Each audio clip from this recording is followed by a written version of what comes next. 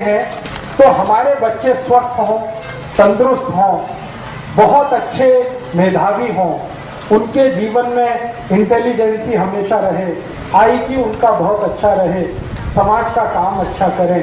तो उसके लिए क्या करें?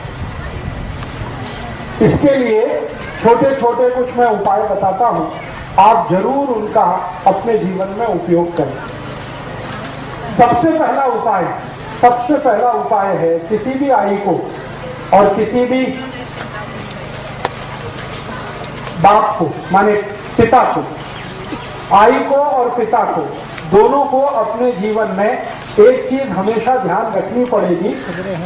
अब भी अगर उनको बच्चे स्वस्थ, तंदुरुस्त, तेजस्वी, तपस्वी, संस्कारी और समाज का काम करने वाले ऐसे बच्चे अगर चाहिए तो उन बच्चों को पैदा करने से पहले उसका नियोजन करना पड़ेगा। बिना नियोजन के जो बच्चे होते हैं वो ज्यादा से ज्यादा दाऊद इब्राहिम होते हैं। ये मेरा 15 साल का डॉक्टरी के पेशे का अनुभव है, तजुर्बा है। मेरे पास बहुत सारे मरीज आते हैं जिनको अपने बच्चों से त्रास है और वो बच्चे इतने त्रासवादी हैं, आई वड़िल को पीटते, आई कुछ बोले उसको मारते हैं, वड़िल कुछ बोले उसको मारते हैं, आई वड़िल के कंट्रोल में नहीं रहते। जब उन बच्चों के बारे में मैं पूरी हिस्ट्री लेता हूं तो अंत में जाके पता चलता है कि वो बिना नियोजन के उत्पन्न हुए, बाई एक्सीडेंट।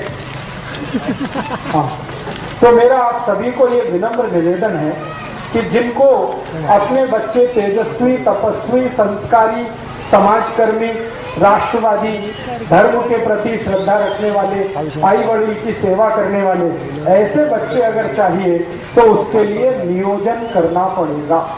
बिना नियोजन के वो बच्चे नहीं होते। सबसे पहला फैसला आपको ये करना पड़ेगा। जैसे आप बहुत सारे काम के लिए नियोजन करते हैं, घर बांधने के लिए नियोजन करते हैं। कैसे करते हैं? एक एक पैसा बचाते हैं, जितनी पगार है उसमें से पैसा काट काट के बचा के घर बांधने का नियोजन हमारा होता है। ऐसे ही हम नौकरी के लिए बहुत सारे नियोजन करते हैं, तो ऐसा ही नियोजन आपको करना है। ठीक है? अब नियोजन क्या करना? नियोजन करना है, ये पहली बात ध्यान रखिए। बिना नियोजन के बच्चे होंगे तो मैंने आपको बताया वो संस्कारी हो नहीं सकते। और आज के समय में दुख और दुर्दैव की स्थिति ऐसी ही है कि ज्यादा बच्चे बिना नियोजन के ही हो रहे हैं। इसलिए आई वड़िल भी परेशान है, समाज उनसे परेशान है, देश भी उनसे परेशान है। ये त्रासवादी, आतंकवादी, देशद्रोही, ये सब हमारे ही अपने बीच के बच्चे हैं। लेकिन ये कैसे त्रासवादी हो गए, कैसे देशद्रोही हो गए? बिना नियोजन के होने के कारण। तो नियोजन करना पड़ेगा। अब नियोजन में क्या क्या करना पड़ेगा?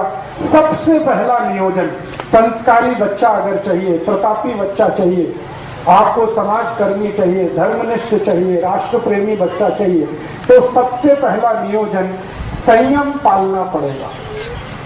ये सबसे पहला नियोजन। बिना संयम के अच्छे बच्चे नहीं हो सकते। तो संयम आपको अपने जीवन में रखना पड़ेगा। और वो संयम रखने का तरीका क्या है? संयम रखने का बहुत सरल तरीका है, ज्यादा समय ब्रह्मचर्य का पालन करना। ब्रह्मचर्य संयम पालने का सबसे बड़ा तरीका है, सबसे आसान तरीका, ये ब्रह्मचर्य का पालन करना। अभी मेरा जो फिजियोलॉजी और एनाटॉमी का अभ्यास है, विज्ञान का जो अभ्यास है, उस अभ्यास के हिसाब से मैं एक जानकारी देना चाहता हूं। इस जानकारी को आप गंभीरता से सुने, स्वीकार करें। स्त्री के लिए संयम पालना बहुत आसान है, पुरुष के लिए नहीं। माने जाए ब्रह्मचर्य का पालन किसी स्त्री को करना हो तो वो बहुत आसानी से कर सकती है, पुरुष के लिए ये संभव नहीं होता। क्यों? इसलिए कि ईश्वर ने स्त्री का शरीर ऐसा बनाया है जो पुरुष से ज्यादा अच्छा है क्वालिटी में। कुछ ऐसे हार्मोन्स हैं, कुछ ऐसे केमिकल्स हैं जो स्त्री शरीर में ही है, पुरुष शरीर में नहीं है। और वही हार्मोन स्त्री को ब्रह्मचर्य पालन करने में मदद करते हैं। तो स्त्री को ब्रह्मचर्य पालना अगर करनी है तो वो उसके लिए बहुत सहज है, सरल है, बहुत आसान है। जैसे हमारे जीवन के बहुत सारे काम हम सहजता से और आसानी से करते हैं, वैसे ही ब्रह्मचर्य का पालन और संयम का पालन किसी भी स्त्री को बहुत आसान है। पुरुष को उसके लिए प्रयास करना पड़ता है, स्त्री वो बिना प्रयास के ही कर सकती। तो मैं ये बात जो कह रहा हूं वो सब भाइयों के लिए कह रहा हूं कि अगर अच्छी संतान चाहिए, तेजस्वी, तपस्वी, संस्कारी संतान चाहिए तो आपको ब्रह्मचर्य का पालन करना है। अब ब्रह्मचर्य का पालन करना है तो इसका मतलब क्या है? इसका मतलब सीधा सा ये है कि आप अपने जीवन का थोड़ा ऐसा नियोजन करो जिसमें ज्यादा आपको स्त्री के साथ संसर्ग ना करना पड़े। साल में 1 या 2 बार करें तो सबसे अच्छा, नहीं तो महीने में सिर्फ 1 बार। ऐसा आपको अपने जीवन में कुछ नियम बनाना पड़े। इस नियम का पालन करने के लिए संकल्प चाहिए। संकल्प के लिए आपको एक औषधि की मदद लगेगी, तो वो आप याद रखिए, वो औषधि है आल का रस। आल, अदरक। तो अदरक का टुकड़ा अगर मुंह में रख के चूसते रहें तो ये हमारे संकल्प को मजबूत करने में बहुत मदद करता है। किसी भी तरह का संकल्प हो, ब्रह्मचर्य पालन का संकल्प हो, व्यसन मुक्ति का संकल्प हो, पैसे के पीछे नहीं भागने का संकल्प हो, अपने जीवन में साधारण तरीके से रहने का संकल्प हो, ये सभी संकल्पों में मदद करता है। तो हमें अच्छी संतान के लिए संयम का पालन ब्रह्मचर्य की मदद से करना है और कोशिश करनी है कि साल में 1 या 2 बार, नहीं तो महीने में ज्यादा से ज्यादा 1 बार, ये आपको करना है पुरुषों को। स्त्रियों के लिए ये सहज है, सरल है, क्योंकि भगवान ने उनको कुछ ज्यादा गुण दिए हैं। उनमें से एक गुण ये है। अब ये गुण होने का एक ही कारण है, मैंने बताया कि उनके शरीर में कुछ ऐसे हार्मोन्स हैं जो पुरुष के शरीर में नहीं है। अब उन हार्मोन्स का नाम लेके कॉम्प्लिकेशन नहीं करना चाहता, बस आपको समझाने के लिए। तो आपको बच्चों का नियोजन करना है और नियोजन इस तरीके से करना है। पहला कदम उस नियोजन का संकल्प करना ब्रह्मचर्य का। दूसरा, नियोजन का दूसरा भाग क्या? दूसरा भाग आपको नियमित रूप से अपने जीवन में चूने का इस्तेमाल करना। चूना मैंने बार बार आपको बोला है, ये दोनों को इस्तेमाल करना है, स्त्री को, पुरुष को। तरीका मैंने बता दिया है, दही में डाल के, ताक में मिला के, रस में मिला के, जैसे भी आपको लेना है। 1 ग्राम चूना, ये दूसरा हिस्सा। तीसरा, आपको खान पान का ध्यान रखना। खान पान का ध्यान कैसे रखना है? अगर आपको आपके जीवन में ऐसे बच्चे चाहिए जो छत्रपति शिवाजी महाराज जैसे हों, राणा प्रताप जैसे हों, तो खान पान का बहुत आवश्यक ध्यान रखना पड़ेगा। वो ध्यान कैसा रखना पड़ेगा? आपका भोजन सात्विक होना है। सात्विक भोजन होने का माने मांस नहीं खा सकते, मदिरा नहीं पी सकते, अंडा नहीं खा सकते, किसी भी तरह का मांस नहीं खा सकते, कोई भी मांस नहीं चलेगा। तो सात्विक भोजन का माने निरामिष भोजन, सात्विक भोजन का माने शाकाहारी भोजन, सात्विक भोजन का माने बगैर अंडे का भोजन। ये सात्विक भोजन का आपको अपने जीवन में पालन करना ही पड़ेगा, बिना उसके आपके बच्चे तेजस्वी तपस्वी नहीं होने वाले। तो भोजन करते समय ये ध्यान रखें मांसाहार का सेवन ना करें, तो शाकाहारी जीवन ज्यादा हो। शाकाहारी जीवन में कुछ चीजों का उपयोग भरपूर करना है, जैसे गाय का दूध, गाय के दूध का दही, दही की ताक, ताक में से निकाली हुई लोनी, लोनी से निकाला हुआ घी, ये ज्यादा उपयोग करना। और जैसे लोनी है ना, लोनी और उसके साथ खड़ी शक्कर, ये नियमित रूप से खाना, दोनों को खाना, पति को भी पत्नी को भी। लोनी, खड़ी शक्कर नियमित रूप से। सूप ना भी खाएं तो चलेगा, लेकिन लोनी और खड़ी शक्कर नियमित रूप से लें। लोनी जो है ना, मक्खन नहीं है, मक्खन अलग है, लोनी अलग है, समझते हैं ना।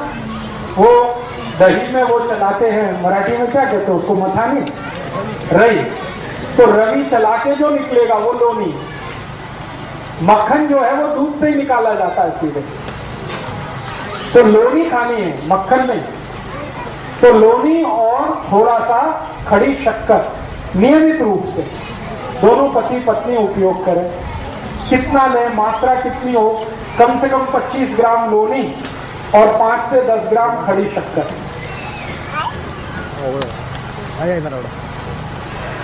और इसके अलावा जो नियमित रूप से आपको भोजन में लेना है, तिल आपको नियमित भोजन में खाना, तिल, मसूर की दाल, मूंग की दाल नियमित रूप से खाना। एक दिवस मूंग की दाल, एक दिवस मसूर की दाल, ऐसे नियमित रूप से खाना। और नियमित रूप से जो फल सीजन वाले होते हैं, जैसे अभी गर्मी का सीजन है, तो गर्मी के सीजन में जो फल हैं उसमें आम सबसे जाती है, तो भरपूर आम खाना। थोड़े दिन में सीजन बदलेगा तो फल भी बदलेंगे, तो सीजन वाले जो फल है वो भरपूर खाना। जैसे संतरा आएगा, मौसमी आएगी, द्राक्ष आएगा, सीजन के हिसाब से। तो अभी आम है, आम के बाद कुछ, फिर उसके बाद कुछ, उसके बाद कुछ, तो ये सीजन वाले फल भरपूर खाना है। और फल कभी भी भोजन के साथ नहीं खाना है, अकेले खाना है। केला हो, दूसरे फल हो, वो भोजन के साथ नहीं, अलग से खाना। जैसे भोजन किया उसके 2 तास बाद या 2 तास पहले फल खाना, या तो फल सुबह सुबह नाश्ते में भरपेट खाना, वो सबसे अच्छा है। और एक चीज नियमित रूप से करनी पड़ेगी कि थोड़ा शरीर श्रम नियमित रूप से हो, पति का भी पत्नी का भी। पति का शरीर श्रम क्या होना और पत्नी का क्या होना, इसके लिए 2 अलग अलग विभाजन हैं हमारे शास्त्रों में। पत्नी के लिए शरीर श्रम ऐसा होना जिसमें पेट का हिस्सा, जिसको गर्भाशय कहते हैं, उसमें बार बार मूवमेंट आए, ऐसा श्रम हमें होना पत्नी के लिए, स्त्री के लिए। तो वो क्या करना है, जैसे वो चटनी बनाते हैं ना, चटनी, तो चटनी अगर मिक्सी में बनाएंगे तो शरीर का श्रम नहीं है, लेकिन हाथ से बनाएंगे तो शरीर का श्रम है। और उसमें सबसे ज्यादा मूवमेंट यूट्रस रीजन का ही होता है, गर्भाशय का सबसे ज्यादा मूवमेंट होता है, तो चटनी हाथ से बनाए। इसी तरह से हाथ काम ज्यादा घर का, कपड़े धोना तो हाथ से धोना, वॉशिंग मशीन से नहीं धोना, चटनी बनाना तो हाथ से बनाना, रोटी बनाना तो हाथ से बनाना। आजकल रोटी बनाने का मशीन आ गया है, इसलिए मुझे ये बोलना पड़ता है, रोटी बनाना तो हाथ से, कपड़े धोना तो हाथ से, चटनी बनाना, ये सब स्त्रियों के लिए। और एक बहुत अच्छा श्रम है, अगर आप सब करेंगे तो बहुत अच्छी संतान आपको होने वाली है। वो श्रम क्या है, चाकी चलाना, क्या बोलते हैं उसको, जाता, यस। जो भी ताई, जो भी आई इसको चला सके दिन में 15 मिनट, जास्ती नहीं, बस 15 मिनट, उसकी संतान सबसे स्वस्थ और सबसे अच्छी होने वाली। ये चलाने का। अब इसको चलाने से होता है कुछ भी नहीं है, एक ही काम होता है, हमारा जो गर्भाशय का क्षेत्र है उसका सबसे ज्यादा मूवमेंट इसी पोजीशन में होता है जब हम ये चलाते हैं। मैंने थोड़ा अभ्यास किया, अपने पुराने जमाने की जो आई है, जो जाता चलाती है, सबके बच्चे स्वस्थ और तंदुरुस्त। मेरी आई मेरे बारे में बताती है, मेरा और मेरा एक छोटा भाऊ है, हम दोनों का जन्म मेरी आई ने 8 महीने लगातार जाता चला है। हमारे घर में एक परंपरा है कि जो आटा होता है वो ताजा खाना, तो जाते से ही संभव है, वो बाहर से पिसा के नहीं लाना। तो वो परंपरा के कारण मैं, मेरे भाऊ का दोनों का जन्म हुआ है, और मैं जब से जन्म हुआ बीमार नहीं पड़ता, मेरा भाऊ भी बीमार आसानी से नहीं पड़ता। मेरे घर में मेरी आई को बहुत बार मैंने पूछा, तब उसने ये बताया कि जाता का परिणाम है। मेरा जन्म नॉर्मल डिलीवरी से हुआ, मेरे भाऊ का भी जन्म नॉर्मल डिलीवरी से हुआ, घर में हुआ। मेरी अज्जी ने हम दोनों का जन्म कराया, डॉक्टर को नहीं बुलाया। मेरी अज्जी पढ़ी लिखी नहीं थी, दोनों का जन्म उसने आसानी से करा लिया। वो एक ही कारण, जाता। तो आपके घर में अगर जाता लेके आए बहुत अच्छा है, मिलता है ना अभी? हाँ, बहुत ज्यादा महंगा नहीं है, 50-60 रुपए में या 100 रुपए में मिल जाता है। तो आप उसको नियमित रूप से 15 मिनट, जास्ती नहीं 15 मिनट चलाएं। स्त्रियों के लिए, पुरुषों के लिए शरीर श्रम क्या करना है? पुरुषों के लिए शरीर श्रम सबसे आवश्यक है कि आप थोड़ा दिन अगर चाहते हैं कि स्वस्थ संतान हो तो नागर चलाना।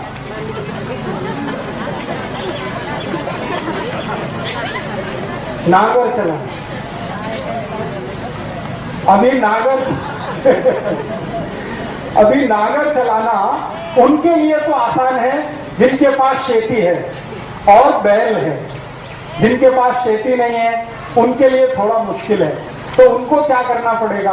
नौकरी करते हैं बैंक में, बीमा कंपनी में, अभी तो हम नागर नहीं चला सकते, तो उसके बराबर का एक दूसरा श्रम है, उसी के जैसा श्रम है, सीढ़ियां चढ़ना और उतरना। अगर कर सकते हैं तो बहुत अच्छा है, नहीं कर सकते तो तीसरा और आखिरी श्रम है जास्ती पैदल चलना। पैदल चलना, एक दिन में 4-5 किलोमीटर पैदल चलने का आदत डालिए। हर समय मोटरसाइकिल पे चले, कार में चले, वो अच्छा नहीं। थोड़ा 5-7 किलोमीटर पैदल चलने का अभ्यास हो, नहीं तो नागर चलाने का हो, नहीं तो सीढ़ियां चढ़ने। तो पुरुषों के लिए इस तरह का श्रम है, स्त्रियों के लिए जाता चलाना, चटनी बनाना, कपड़े धोना, ये सब श्रम अगर हम करें तो संतान आपकी स्वस्थ, तंदुरुस्त और बहुत तेजस्वी और तपस्वी होने वाली है। तो ये नियोजन के कुछ काम हैं। और एक काम करना है हमें नियोजन के लिए, बहुत आवश्यक है वो, और वो नियोजन इस तरह का करना है कि हमारे जीवन में, वैसे तो ये बात बताना ठीक नहीं, लेकिन फिर भी मैं बताना चाहता हूँ। बहुत बार ऐसे मुझे पेशेंट आते हैं, वो मुझे कहते हैं कि राजीव भाई हमारे शरीर का रंग तो अच्छा नहीं है, काला है, थोड़ा डार्क है, लेकिन हमको हमारी संतान चाहिए, उसका रंग साफ होना। अभी क्या करें? ऐसे बहुत लोग आते हैं। तो मैं कहता हूँ ये बेकार का बात है, फिर भी वो कहते हैं नहीं कुछ तो औषध बताओ। तो इसकी औषध ये की है कि जो भी अपने संतान का रंग साफ चाहते हैं, थोड़ा व्हाइटिश कलर चाहते हैं, रंग उसका अच्छा फेयर कलर चाहते हैं, भले उनका रंग अच्छा नहीं है, तो वो नियमित रूप से स्त्री और पुरुष हड़द का दूध पीते रहना। रात्रि को दूध में हड़द मिला के पीते रहना, थोड़ा सा उसमें तूप भी डालना। तो तूप, हड़द और दूध जो भी नियमित रूप से पिए, सभी के बच्चे उनसे ज्यादा अच्छे रंग वाले होते हैं। तो ये नियोजन का एक हिस्सा है। और एक हिस्सा है कि आपके बच्चों की बुद्धि कभी भी तेज रहे, तीव्र रहे, मंदी मंद ना हो, कभी भी उनकी बुद्धि तेज रहे, तेजस्वी रहे, आईक्यू उनका अच्छा रहे, मति मंदता कभी भी ना आए। तो आप और एक छोटा सा नियोजन करना, और वो नियोजन बस वही है जो मैं बार बार पहले कह चुका हूँ, दही चूना मिला के खाते रहना, गाय के दूध का दही बनाना, चांदी के बर्तन में उसको दही जमाना, सकाड़ी उसको दही को चूना मिला के खाना। गाय माने देशी गाय, जर्सी। तो मति मंदता नहीं आए, बच्चों में स्वस्थ रहे, तेजस्वी रहे, तपस्वी रहे, सद्भावी हो, सद्विचारी हो, इसके लिए कुछ छोटे छोटे नियोजन। और एक छोटा सा नियोजन, वो नियोजन क्या है? नियोजन एक ही है कि हमें अच्छी सुदीर्घ जीवन वाली तेजस्वी जीवन वाली संतान चाहिए, स्त्री हो या पुरुष, मुलगी हो या मूला, संतान तेजस्वी तपस्वी चाहिए। तो एक नियोजन जरूर ध्यान रखना है कि हमारे जो पति और पत्नी हैं वो आपस में जब संसर्ग करें तो पत्नी का मासिक चक्र पूरा होने के बाद, पत्नी का मासिक चक्र पूरा होने के बाद या पत्नी का मासिक चक्र शुरू होने वाले दिन से 10 दिन छोड़कर, पत्नी का मासिक चक्र शुरू होने वाले दिन से 10 दिन बाद और 17 दिन के पहले या 18 दिन के पहले, बीच का ये 7-8 दिन का जो समय है, इसी समय में एक दूसरे के साथ संसर्ग करें तो सबसे ज्यादा तेजस्वी और तपस्वी संतान होगी। पत्नी के मासिक धर्म के शुरू होने वाले दिन को गिनकर 10वें दिन से 18वें दिन के बीच का जो समय है, यही सबसे अच्छा समय है तेजस्वी और तपस्वी संतान का। वही 7-8 दिन का समय। अब इसमें 2 तरह के दिन आएंगे, एक सम होंगे, एक विषम होंगे। जैसे 10वां दिन सम, 11वां विषम, 12वां सम, 13वां विषम, 14वां सम, 15वां विषम, 16वां सम, 17वां विषम, 18वां सम। तो जो सम दिन है उनमें अगर आप संसर्ग करेंगे तो 99% पुत्र होगा और विषम वाले दिन में संसर्ग करेंगे तो 99% पुत्री होगी। 1% इसमें अपवाद है और वो कहीं भी होता है। तो अगर आपको नियोजन करना है कैसा, अब व्यसन मुक्त युवक संघ में कुछ कार्यकर्ताओं के पास पुत्री है तो पुत्र चाहिए, तो उनके लिए ये माहिती मैं दे रहा हूं। और जिनके पास पुत्र है उनको पुत्री चाहिए, उनके लिए भी ये माहिती दे रहा हूं। सम दिन में जाएंगे तो पुत्र, विषम दिन में जाएंगे तो पुत्र। और एक और माहिती इसी नियोजन के लिए, आप जानते हैं महीने के 2 पक्ष होते हैं, एक शुक्ल पक्ष और दूसरा।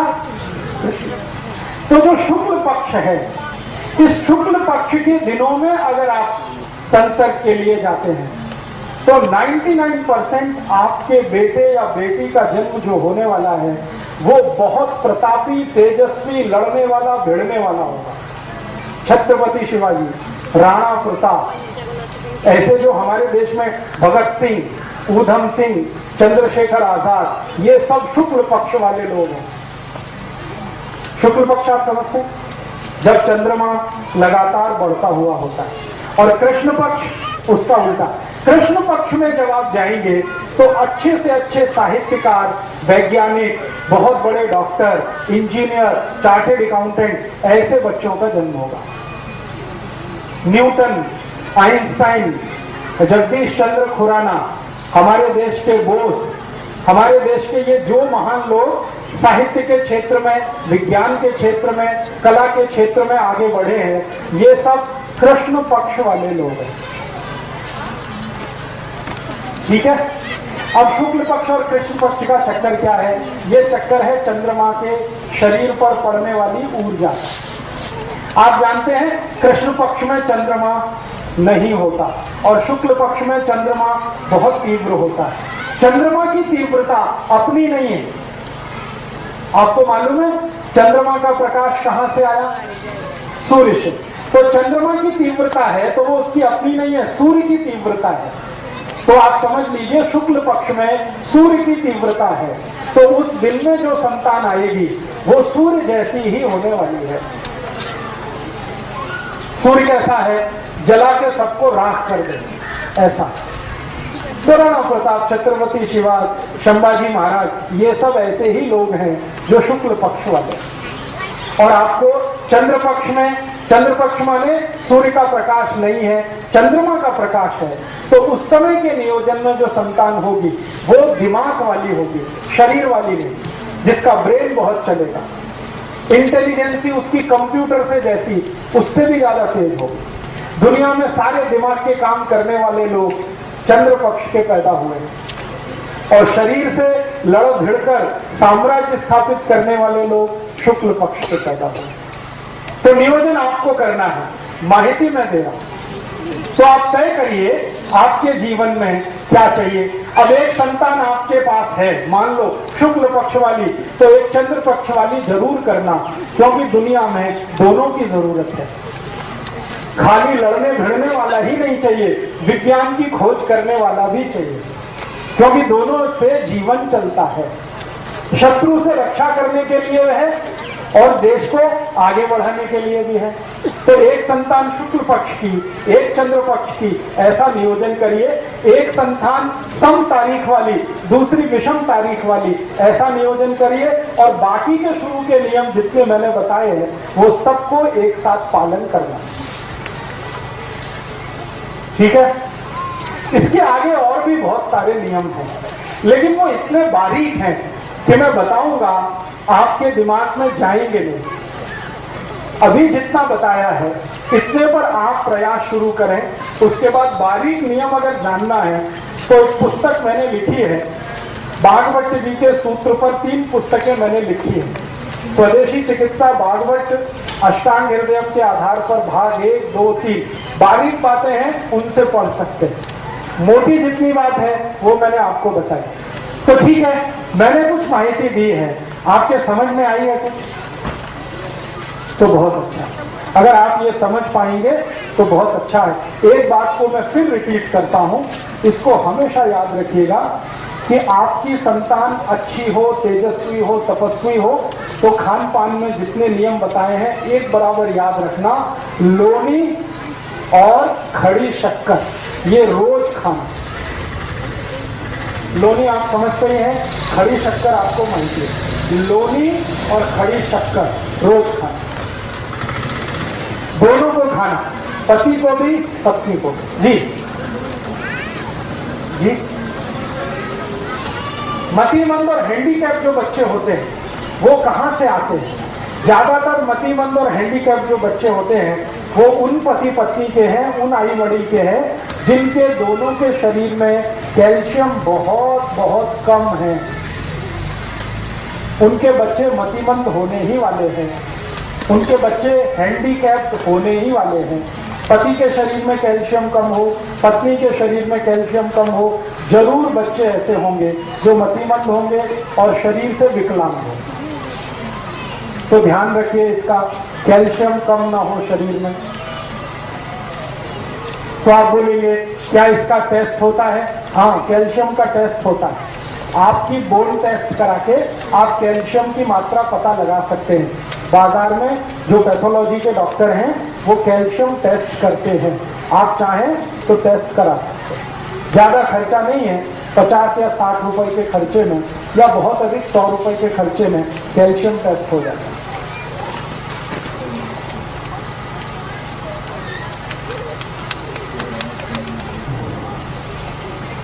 बहुत ज्यादा कुछ नहीं, बहुत ज्यादा। महाराष्ट्र में कोंकण अकेला एक बेल्ट है जहां के बहुत तीव्र बुद्धि के बच्चे होते हैं। उसका कारण है। और कोंकण बेल्ट के सभी बच्चों की आंखें दुनिया में सबसे सुंदर है। किसी की इतनी सुंदर आंखें नहीं है जो कोंकण पट्टी के बच्चों की आंखें हैं। उसका कारण मैं बताता हूँ। कोंकण पट्टी के बच्चे, आप जानते हैं कोंकणस्थ, जिनको हम कहते हैं मराठी में कोंकणस्थ, ये कोंकणस्थ लोग दुनिया में इंटेलिजेंसी में सबसे ऊपर है। इनका जब आईक्यू टेस्ट होता है ना, दुनिया के सारे देश, अमेरिका, जर्मनी, जापान, फ्रांस, दुनिया के देशों में इनकी आईक्यू सबसे ऊंची है। कारण पूछो आप, कारण उसका एक ही है कि कोंकण पट्टी की जो मिट्टी है ना वो उसकी विशेषता है। कोंकण की मिट्टी आप देखो लाल रंग की है, देखा लाल रंग की मिट्टी है। लाल रंग की मिट्टी में जो धान उत्पन्न होता है उसमें कैल्शियम और आयरन सबसे ज्यादा, सबसे ज्यादा। दुनिया में इतना कैल्शियम और आयरन किसी मिट्टी में नहीं है जो लाल मिट्टी में होता है। अब कैल्शियम और आयरन हर चीज में ज्यादा होगा। कोंकण का आम होगा ना, आम, उसमें भी कैल्शियम आयरन है। कोंकण का धान, उसमें भी कैल्शियम आयरन है। कोंकण की दाल होगी, उसमें भी कैल्शियम आयरन है। कोंकण की ज्वारी होगी, उसमें भी कैल्शियम आयरन। तो ये कैल्शियम और आयरन से भरपूर जो कुछ वो खाते हैं उसका परिणाम से, और मिट्टी में होने वाले कैल्शियम और आयरन से, लाल मिट्टी दुनिया में जहां भी मिलेगी उसमें भरपूर कैल्शियम और आयरन है, और कोंकण की मिट्टी में कैल्शियम आयरन सबसे ज्यादा है। इसलिए वहां की संतानें दुनिया में सबसे तीव्र बुद्धि मानी जाती है। तो ये बात समझ में आई कोंकण की। तो आप कहेंगे हम भी कोंकण में रहिए, लेकिन आप में परिवर्तन आएगा 2 जनरेशन के बाद, अभी तुरंत नहीं आएगा। 2 जनरेशन आपकी निकल जाएंगी, 3rd जनरेशन में ये परिवर्तन आ जाएगा, अगर कोंकण में आप रहते हैं तो।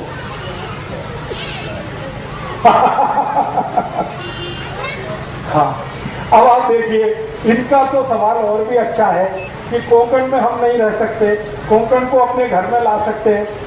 मतलब ये है कि ऐसा धान्य खाएं जिसमें आयरन और कैल्शियम ज्यादा हो, तो वो आपके घर में भी होगा। तो ऐसा धान्य खाइए जिसमें कैल्शियम और आयरन ज्यादा हो। अब कैल्शियम और आयरन का धान्य ज्यादा होगा तभी संभव है कि जो धान्य को उत्पन्न करने में यूरिया डीएपी ना डाला गया हो, तभी वो संभव है। तो बिना यूरिया बिना डीएपी का धान्य पैदा करिए 3 बरस तक, 4थे बरस से आप खाना शुरू करिए तो आप में कोंकण आ जाएगा। पूरा तो नहीं आएगा, लेकिन थोड़ा तो आएगा। थोड़े बेहतर तो आप होंगे, और आपकी संतानें आपसे बेहतर हैं। ठीक है। अभी एक सवाल मुझे पूछा गया। हम जब विवाह करते हैं ना, तो विवाह करते समय कुछ मिलान किया जाता है। नाड़ी का मिलान करते हैं, गोत्र का मिलान करते हैं। आप जानते क्यों करते हैं? नहीं मालूम? कोई लोग तो कहते हैं कि ये बुआबाजी है। कुछ लोग ऐसा कहते हैं कि नाड़ी का मिलान करना, गोत्र का मिलान करना, ये बकवास, इसका कोई फर्क नहीं पड़ता। लेकिन इसका फर्क बहुत गहरा है, ये साइंटिफिक बात है। बात ऐसी है कि हम जब गोत्र और नाड़ी का मिलान करते हैं तो इस बात को ध्यान करते हैं कि डीएनए एक ही ना हो, ऐसे स्त्री पुरुष की शादी ना हो। एक ही डीएनए ग्रुप वालों की शादियां अगर हो गई तो जिंदगी भर संतान का त्रास रहेगा। एक ही डीएनए ग्रुप में डीएनए के ग्रुप हैं, और वो ग्रुप अगर एक ही जैसे हैं, नजदीक का बहुत अंतर नहीं है, उनमें आपस में शादियां हुई तो एक तो संतान होगी नहीं, हो भी गई तो मतिमंद होगी, विकलांग होगी, कमजोर होगी, बुद्धि से बिल्कुल कमजोर होगी, शरीर से कमजोर होगी, और संतान जीवित नहीं रहेगी ज्यादा दिन, जल्दी मरेगी। अगर एक ही ब्लड ग्रुप के नजदीक वालों की शादियां हो गई, तो जब हम नाड़ी और गोत्र देखते हैं तो उसका इसी बात का ध्यान रखते हैं। एक ही नाड़ी और एक ही गोत्र में शादी इसलिए नहीं करते हैं ताकि डीएनए एक ना हो। डीएनए एक होने के चांसेस तभी हैं जब नाड़ी एक हो और गोत्र एक हो, तो 100% ब्लड ग्रुप एक हो जाता है। इसलिए ये ध्यान रखा जाता है। तो हमारे बुजुर्गों ने एक परंपरा बनाई, विवाह करने के पहले नाड़ी का मिलान करना, गोत्र का मिलान करना। वो परंपरा बहुत साइंटिफिक है। अगर उसका ध्यान रख के आप शादियां करते हैं तो आपकी संतान अच्छी होगी। नहीं ध्यान रखा है तो बहुत तकलीफ होगी। अब आजकल हमारे देश में क्या हुआ है, प्रेम विवाह बहुत होने लगे, लव मैरिजेज होने लगे। उसमें ये कोई ध्यान रखता नहीं, ना नाड़ी का ना गोत्र का, और सब लोगों को ये त्रास है। वो आते हैं मेरे पास, ज्यादातर प्रेम विवाह वाले एक संतान नहीं हो रही है, 10-10 साल से परेशान। फिर मैं कहता हूं जरा ब्लड चेक करो, तो ब्लड चेक करते हैं तो पता चला एक ही दोनों का ब्लड ग्रुप है, तो हो ही नहीं सकती संतान, कितनी भी कोशिश करो। तब मैं उनको कहता कि आपको संतान का सुख नहीं है। तो कहते हमने क्या पाप किया था?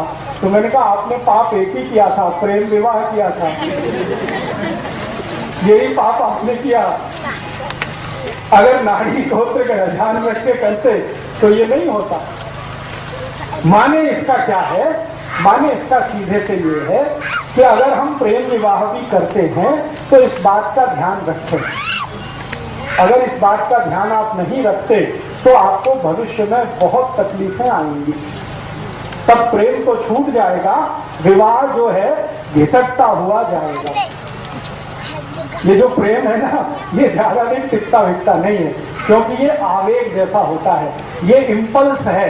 एक कुछ खास तरह का हार्मोन हमारे माइंड में बनता है, उसका नाम है डोपामाइन। और डोपामाइन एक अकेला हार्मोन है जो थोड़ी देर ही टिकता है। तो प्रेम भी डोपामाइन का असर है, थोड़ी देर टिकता है, उसके बाद खत्म हो जाता है, स्त्री में भी पुरुष में भी।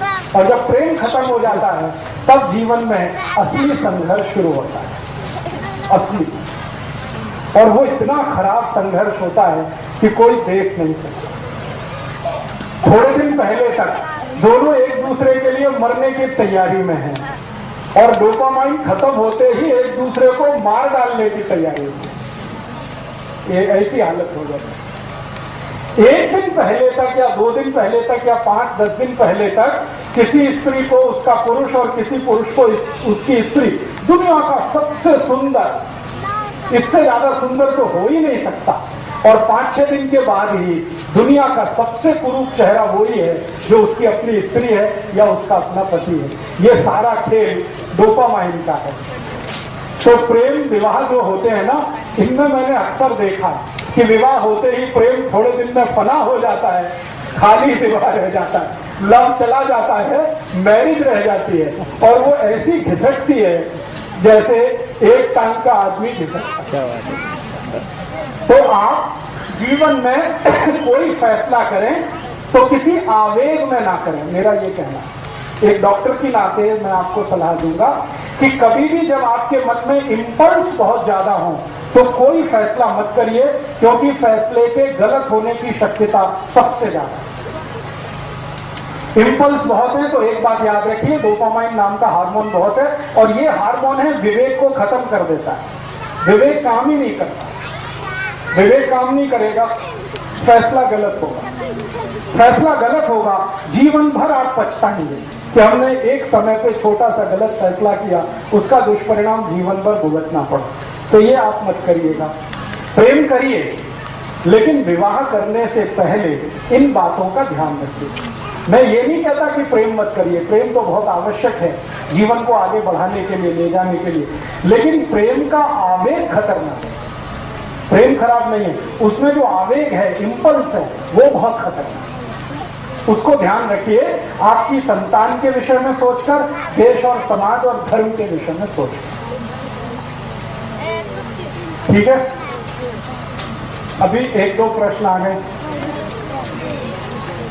हाँ, ब्लड ग्रुप दोनों का अलग रहे हमेशा, पति और पत्नी का, ये ध्यान रखिए। एक का पॉजिटिव हो, दूसरे का निगेटिव हो, चलेगा। जैसे किसी का बी पॉजिटिव है पति का, पत्नी का बी नेगेटिव है तो भी चलेगा, लेकिन दोनों का बी पॉजिटिव होगा तो तकलीफ, दोनों का बी नेगेटिव हुआ तो तकलीफ। थोड़ा भी अंतर रहना चाहिए, थोड़ा भी अंतर हमेशा रहना चाहिए। जी जी हाँ, अभी हमारे देश में कुछ परिवारों में ऐसा होता है कि रिलेशन में शादियां होती हैं। ये पूरे भारत में तो नहीं है, महाराष्ट्र में है और थोड़ा सा दक्षिण में कर्नाटक में है। तो कर्नाटक और महाराष्ट्र छोड़ के तो बाकी नहीं, लेकिन हम रिलेशन में शादियां कर रहे हैं। जरूर करिए, लेकिन एक ही चीज का ध्यान रखिए, दोनों का ब्लड ग्रुप सेम ना हो। अगर सेम है तो कोशिश करिए आगे से अवॉइड करें। अब कर ली है तो अब उसमें तो कुछ नहीं, जो हो गया तो बात खत्म हुई। लेकिन आगे से आप दूसरों को जब सलाह करें तो ये ध्यान रखिए उनको कि ब्लड ग्रुप सेम ना हो तभी शादी करें, भले वो नजदीकी रिश्तेदार हो तो। और कोई प्रश्न? कि पति पत्नी दोनों वैवाहिक जीवन जब शुरू करें, अच्छी संतान होना, उसके लिए हमेशा दक्षिण की दिशा में सिर करके सोएं। ये बहुत जरूरी बात थी, मैं भूल गया। पति पत्नी जब अपना जीवन शुरू करें तो हमेशा सिर दक्षिण की दिशा में रख के सोएं, साउथ में।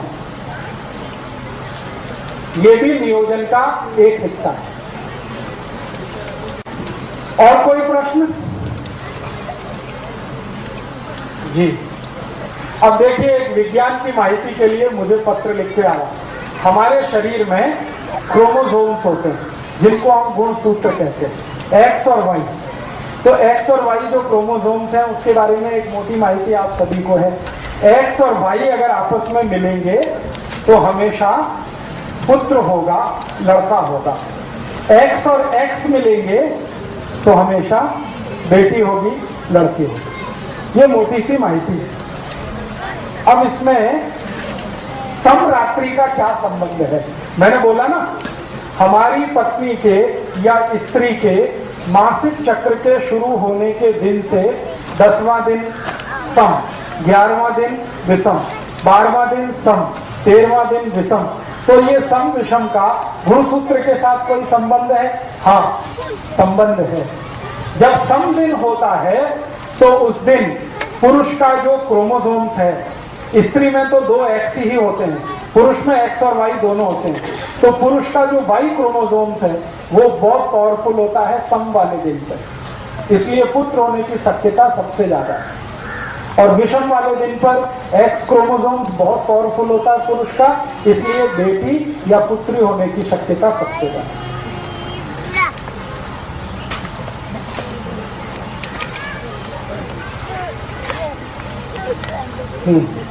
अब देखिए, एक बहुत अच्छा सवाल है, वो सबके लिए मैं बोलना चाहता हूँ। स्त्रियों को जब मासिक पारी आती है ना, तो घर के जो पुराने बुजुर्ग हैं वो बहुत सारे कड़क नियम पालन करवाते हैं।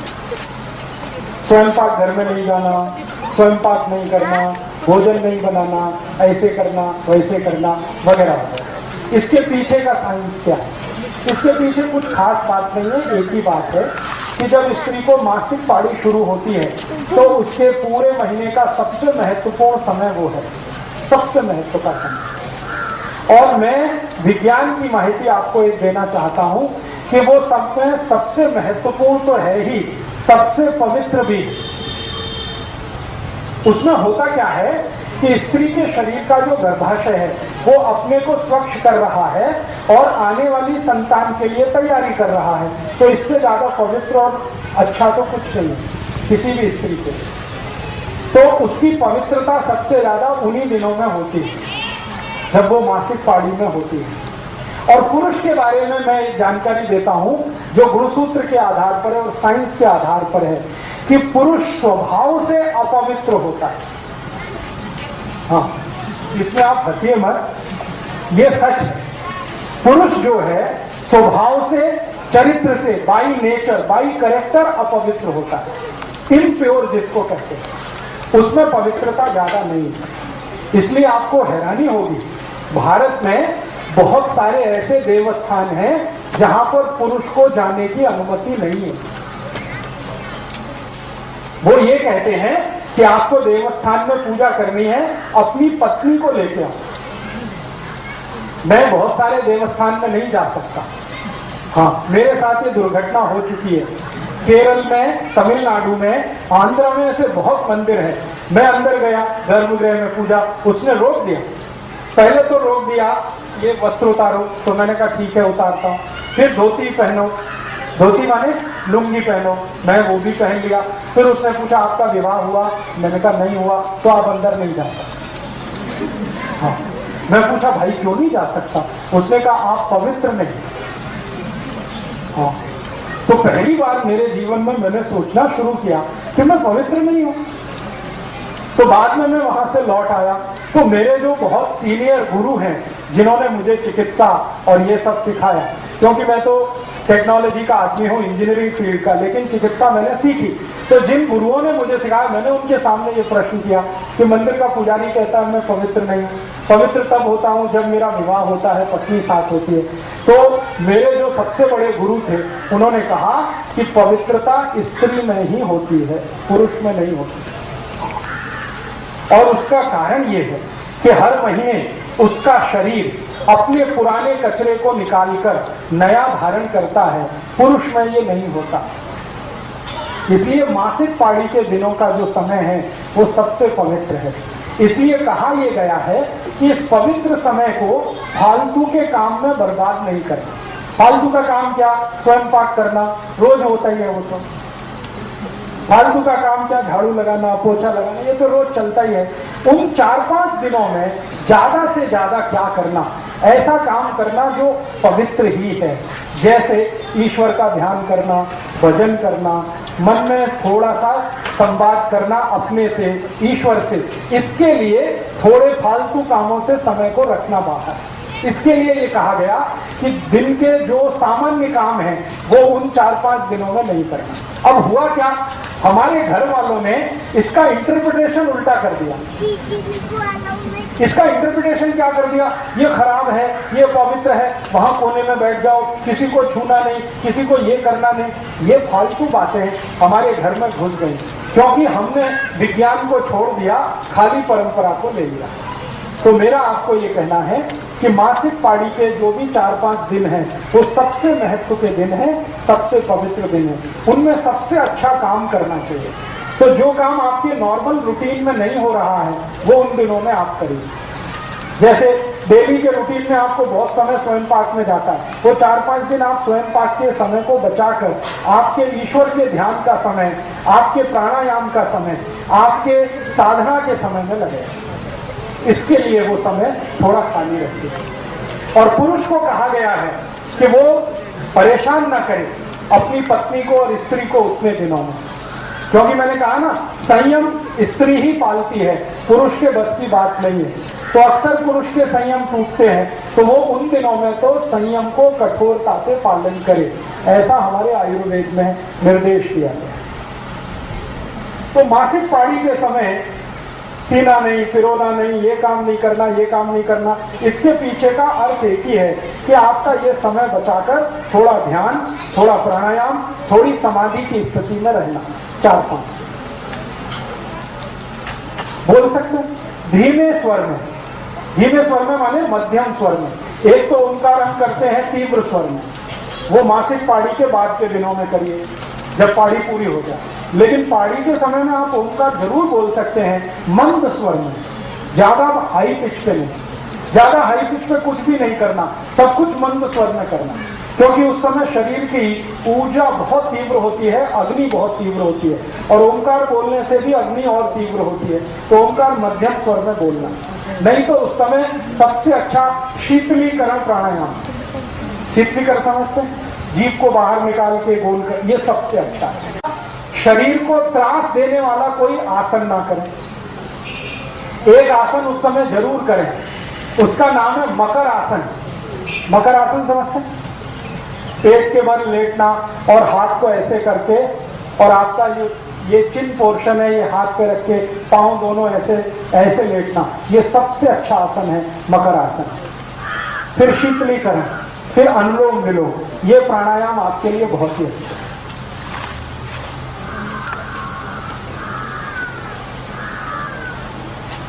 तो ग्रामीण भाग में मासिक पाड़ी के समय में जो माहिती आपको दी गई है, इसका थोड़ा परिवर्तन कर लीजिए। ये पवित्र दिन है, खराब दिन नहीं है, बहुत पवित्र दिन है। और शरीर से जो निकल रहा है रक्त, वो भी खराब नहीं, बिल्कुल खराब नहीं। ये हम कहते हैं ना रक्त बहुत खराब है, बिल्कुल खराब नहीं। शरीर में जितना रक्त है और उसमें जितनी शुद्धि है, लगभग उतना ही शुद्ध वो है। वो इसलिए बाहर निकल रहा है कि उसकी जरूरत नहीं है। अभी नया रक्त निर्माण होगा, वो 1 महीने तक शरीर में रहेगा, फिर उसकी जरूरत नहीं रहेगी तो वो निकलेगा, फिर नया निर्माण होगा। तो हर महीने नया निर्माण हो, इसके लिए पुराना स्थान खाली करने के लिए वो रक्त बाहर निकलता है। वो अशुद्ध रक्त है इसलिए निकलता है, ऐसा नहीं।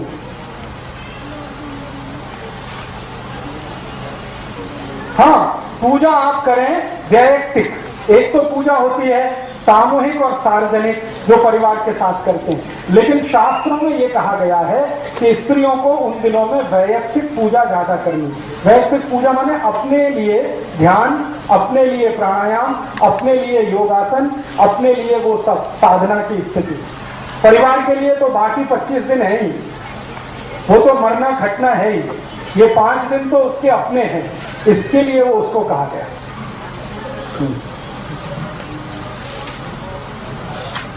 आराम तो करना ही है, क्योंकि उष्णता बहुत है। मैंने कहा ना, गर्मी बहुत होती है शरीर में। गर्मी ज्यादा होने से ब्लड प्रेशर बढ़ा हुआ होता है, तो ब्लड प्रेशर बढ़े हुए में ज्यादा काम करना अच्छा नहीं होता। इसलिए ध्यान, प्राणायाम, शीतलीकरण, व्यायाम अपने लिए करके बाकी समय आराम के लिए ही रखना है, ज्यादा काम नहीं करना। नहीं, ऐसा कुछ नहीं, किसी भी वेद में ऐसा नहीं। बिल्कुल श्लोक बोल सकते हैं, मंत्र बोल सकते हैं, वेद मंत्र बोल सकते हैं, ऐसा कहीं कोई निर्देश नहीं।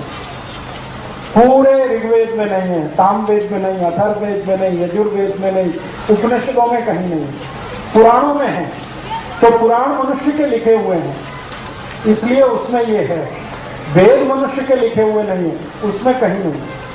सभी वेदों में इस बात की छूट है कि आप मासिक पाळी के दिनों में ध्यान अपने लिए, प्राणायाम अपने लिए, प्रार्थना अपने लिए, ईश्वर के साथ संवाद अपने लिए कर सकते हैं। बस ध्यान इतना ही रखना है कि चूंकि उन दिनों में हीट बढ़ी हुई है, हीट बढ़े हुए होने के कारण ब्लड प्रेशर बढ़ा हुआ है, बीपी बढ़े हुए के कारण काम नहीं करना अच्छा होता है, आराम करना ही अच्छा होता है।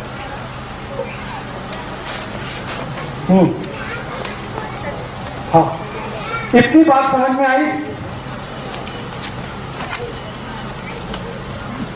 जी?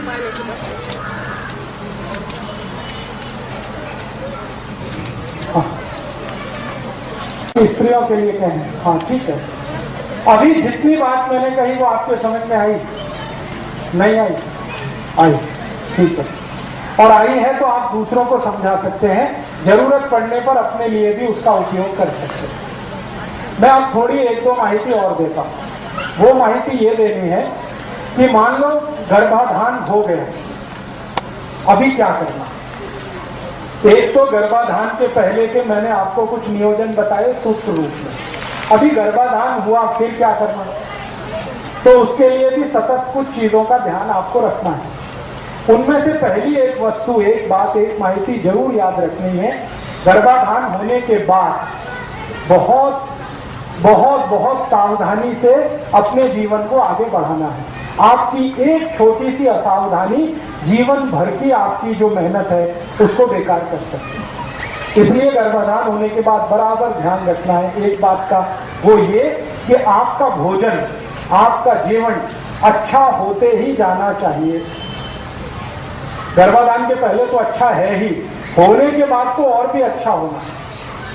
तो अच्छा होने से मतलब क्या है? दूध, ताक, दही, लोनी, तूप, ये भरपूर खाना है। बिल्कुल चिंता मत करिए, उसके बाद पतला होने का भी बता दूंगा मैं। गर्भाधान होने के पहले का जो नियोजन मैंने बताया, बाद का भी उतना ही जरूरी है। आपको इस बात का ध्यान रखना है कि गर्भाधान होने के बाद दूध, तूप, लोनी, दही, ताक, ये भरपूर खाना है। और हमेशा याद रखना है गाय का खाना है। सूप तो जितना खाएं उतना अच्छा। फिर आपके मन में आएगा वजन बढ़ेगा, बिल्कुल चिंता मत करिए। गाय के दूध से कभी किसी का वजन नहीं बढ़ता, वजन बढ़ता है मछली के दूध से। मैं बार बार कह रहा हूं, गाय का दूध खाना है, मछली का नहीं खाना, वजन नहीं बढ़ेगा। गाय का दूध, मछली का नहीं पीना, गाय का पीना तो भी वजन नहीं बढ़ेगा। तो दूध, दूध, दही, लोनी, ताक, घी, मक्खन, ये सब खाना। एक दूसरा, भरपूर कैल्शियम आपके शरीर में रहे, क्योंकि आपको और आपके बच्चे को दोनों को डबल कैल्शियम अब चाहिए। तो चूने की मात्रा लगातार खाती रहनी है, बढ़ा दिए तो और ही अच्छा है। दही में, ताक में चूना बराबर खाते रहना। केला भरपूर खाते रहना है, क्योंकि केले में भरपूर कैल्शियम है। फुटाने, शेंगा भरपूर खाते रहना है, दोनों में कैल्शियम है। तिल खाते रहना है, उसमें भरपूर कैल्शियम है। ये आप छोड़ दो, ये किसी शास्त्र में नहीं लिखा हुआ है। नहीं, आप भरपेट खाओ। आप जितना खाना चाहते हैं केला खाओ। कुछ त्रास हुआ तो मुझे फोन कर लेना। तो आप गर्भाधान के समय में ऐसी चीजें भरपूर खाएं।